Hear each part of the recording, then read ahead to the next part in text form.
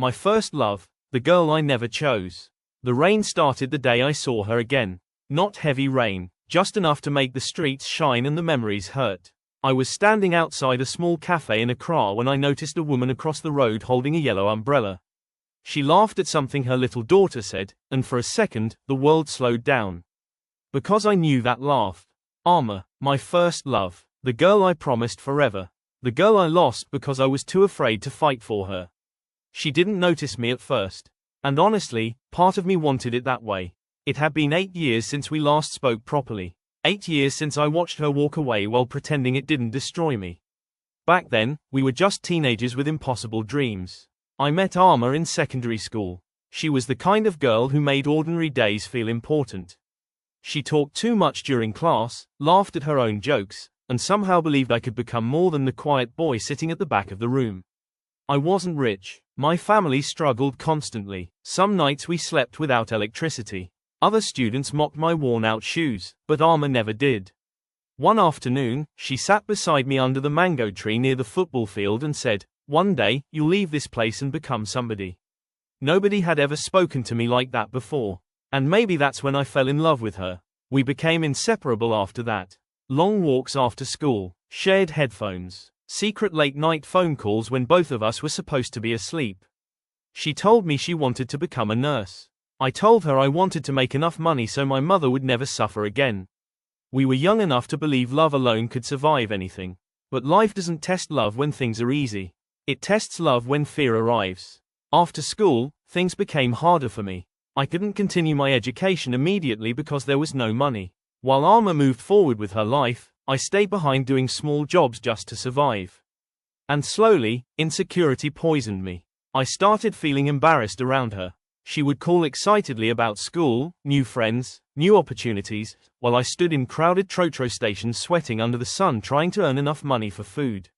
I began ignoring her calls. Not because I stopped loving her. Because I loved her while hating myself. One evening she came to see me unexpectedly. I still remember her standing outside my house in a blue dress, looking worried. She asked me the question I had been avoiding for months. "Why are you pushing me away?" I should have told her the truth. I should have said, "I'm scared you'll realize I'm not enough." But pride is a dangerous thing. So instead, I lied. I told her maybe we needed space. The pain on her face appeared instantly. Even then, she fought for us.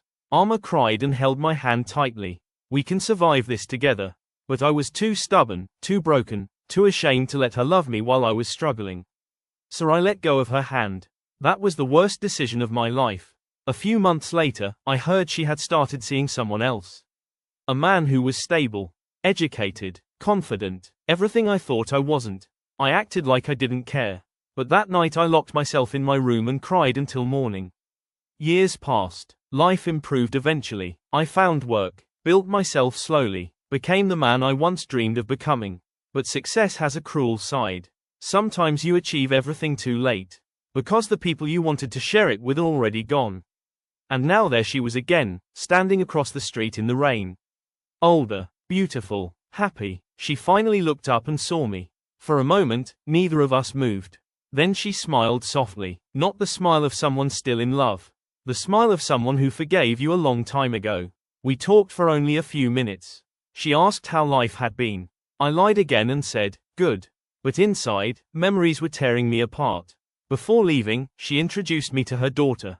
And when the little girl smiled at me, I noticed something that nearly broke me completely. She had Alma's eyes. As they walked away, Alma turned back one last time. "I really did love you, you know." I wanted to run after her. I wanted to apologize for every ignored call, every cold reply, every moment I chose fear over love. But some doors only open once in life. And when they close, regret becomes your permanent companion. So now, whenever it rains in Accra, I remember the girl who believed in me before anyone else did. My first love. The woman I lost not because she stopped loving me, but because I didn't know how to love myself.